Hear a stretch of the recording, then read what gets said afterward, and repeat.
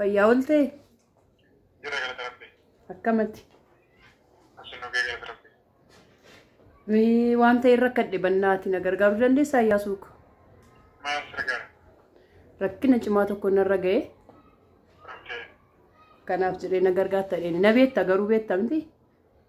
Sinbeena bakkee finna gaa'isir eessarraa? Magaalaa Finfinnee irraayi. Okay. Tola ishee? Haadha eebbaati na beekta maal mana koo dhuftee viidiyoo waraabne? Okay, haadha eebbaa okay. Tola ishee. Fayyaa keetii? Akka nagaan eebbaa dhiifama. Ni shira akkana qabu bakka bilbila koo hin qabdu jechuudha beektamni. Qabu. Kanaaf waan ta'e rakkadhe kaleessa mana beekii shoofaa deemeen ture. Eeshe. Achitti bannaati boorsaa gatee. Boorsaa okay kan uffatamu kan maallaqaa? Araan maallaqaa akka jiru tan akka qullaa galee. Hattus fuudhee? Hattuun narraa fuudhuu mana isaa keessatti haabaduu bakka isaan godhe hin beeku beektaa gara birrimoo hedduun baadhee ba'e. Kanaaf jechuudha.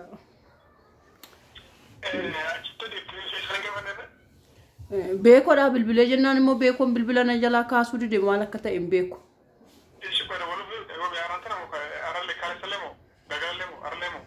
Kaleessa galgalarra deddeebi'anitti bilbilaa ture.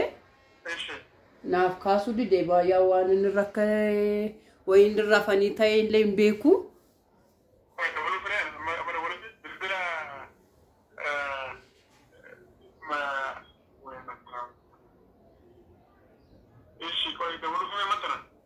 Kau kan ambil bilta fi kau terus rakin aku setan ni mata ka?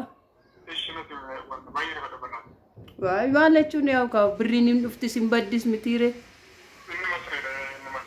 Oh, gero toko man mahad eba kan nanti toko beri berkira mana? Mana tu atau imbad de mari uftele YouTube ko share na go chudite?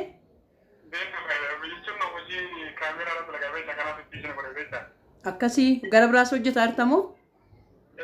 Kaameraan dalagaa beektaa kana biyya godhamu. Barumsallee qaba ture. Eeshe. Kanatu kanaaf yeroo dhabe beektaa kanaaf malee jedhanii dhufa ture. Rakkinan qabu bakka amma disansiin silaa jidduu kana nu buusaa yoo qabaatte mee 5,000 tokko naaf liqeessi ammaaf yoo qabaatte.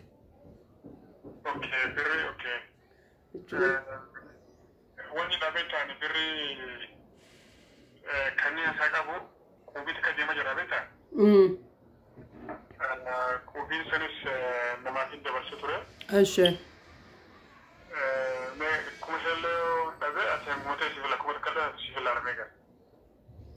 Eeshe bakka rakkinan qabu. Jechuun hanguma gadi sibiila ala. Wanti keessan galabeeta maallee kiristaawusii keessan galabeeta akkuma jaafi kana kafala. Eeyyee. Kana kanatu ammas yuutuubiin ijoolleen baay'ee qofa jiranii ilaalaa jirtan dalagaan jiru irratti. Eeyyoo dalagaan jirtan atis beekuunis dalagaan jirtan maaliif akka dhaabdan hin beeku yuutuubillee.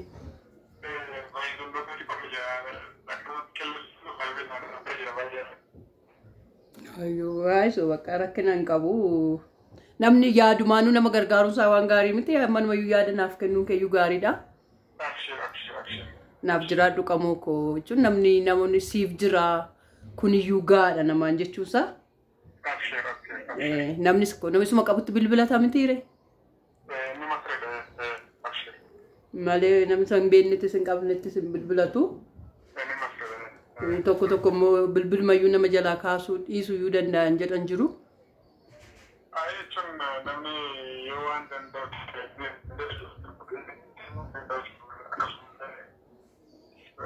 fakkeessuun gaarii miti. Ijibuun namatti ijibuun gaarii miti.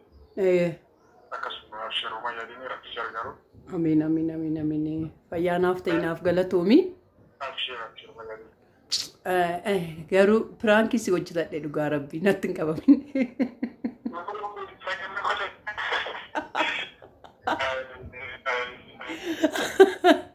Ijoollee Iyyaasuu biraa gara laafessadha miti.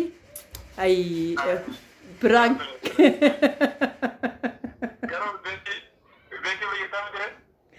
Beekii bira hin jiru dhugaa rabbii mana koo ta'ee tan prank si godhaa jira.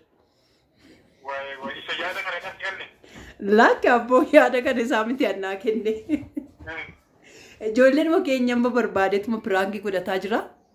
Okay, bakkash. Tole marko ko. Isarratti illee dalageera. Ani garuu piraangii na gosa jee yaane mita. Ibila kiyalla waan qabdu seene. Eeshi. Piraangii na gosa yalla yaane garuu. Maala kana jira badee na baay'ee fedhe beeta argotti. Ay baay'ee galatoomi dhugaa rabbii baay'een si galateeffadha. Isuma dhugaa yaada naaf qabduuf yaada gaariidhaafi. Maqaa jechuun ijoolleen keenya yeroo baay'ee bakkee tokko nama laalan waan akkasii ijoolleen keenya garaa namaa laaftutti hin fakkaatu. Kanumaaf ijoolleen keenya qoqqorataa jira waan ta'eef rakkina hin qabu galatoomi yaadaatiin alaatteef illee dhugaa jiru dubbachuu keetiif illee really odoo si galateeffatiin hin darbu. Mee dhaggeeffattoota eebbaatiif maal dhaama qabdaa maal qabdaa mee jedhi. Video che ero bella la vita. Esce. Io baie le che a cadere la gaffa che va si vede che tu sei sicura. Tu te rifanne tu resta un po' video che te le da wana amalle garte ka shifle shebe che ne si gasna share si vuoi tornare a casa. Ani mo gasna channel che ya banamne tu resta. Banamne turre yeroo san yeroo beekin dhufee create godhee deeme. Ayyo sirri kee. Anis kubatti maashaallah baay'ee si jabeessaa jiranii hordofni hordoftoonni keessas nama garaa ati somni sanitu. Akka maayitti olaaltanii. Jabaadhu ijoollee keessallee gartee rabbiin ijoollee faayidaa siisaa godhu abshir. Amin amma ati eebbuu dhuftee qaamaan argiteettaa ilaalteettaa yeroo rakkina yeroo san jirus argiteettaa jijjiirama amma jiru immoo gaa argitu amma wiikchariin dhufee fi inni dhaabbatu dhufee fi waan hedduun yaa'u ijoolleen keenya waan baay'ee godhanii fi maaltu sitti dhaga'ame meessituu kana faami. No. Waa'ee eebbuu sitti gaafataa jira jechuudha. Amma wiikii inni ishii dhaabus inni wiikchariinis ishiidhaa dhufeera. Yeroo san dhugaa dhuftan wiikcharii.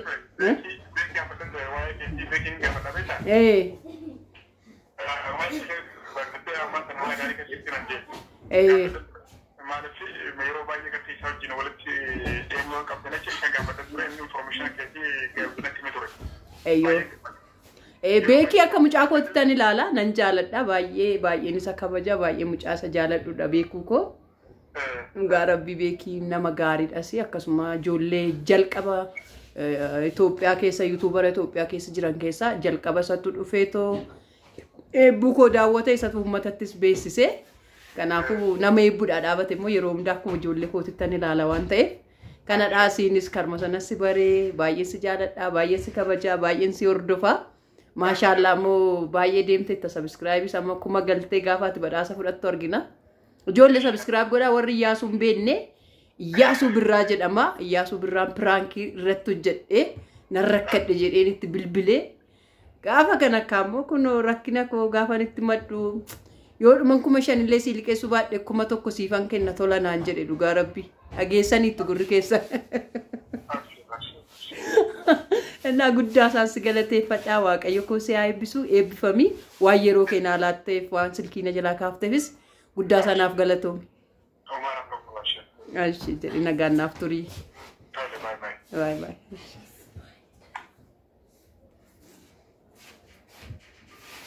Ijoollee kaa yaa pirankii hojjechuu deegaleera.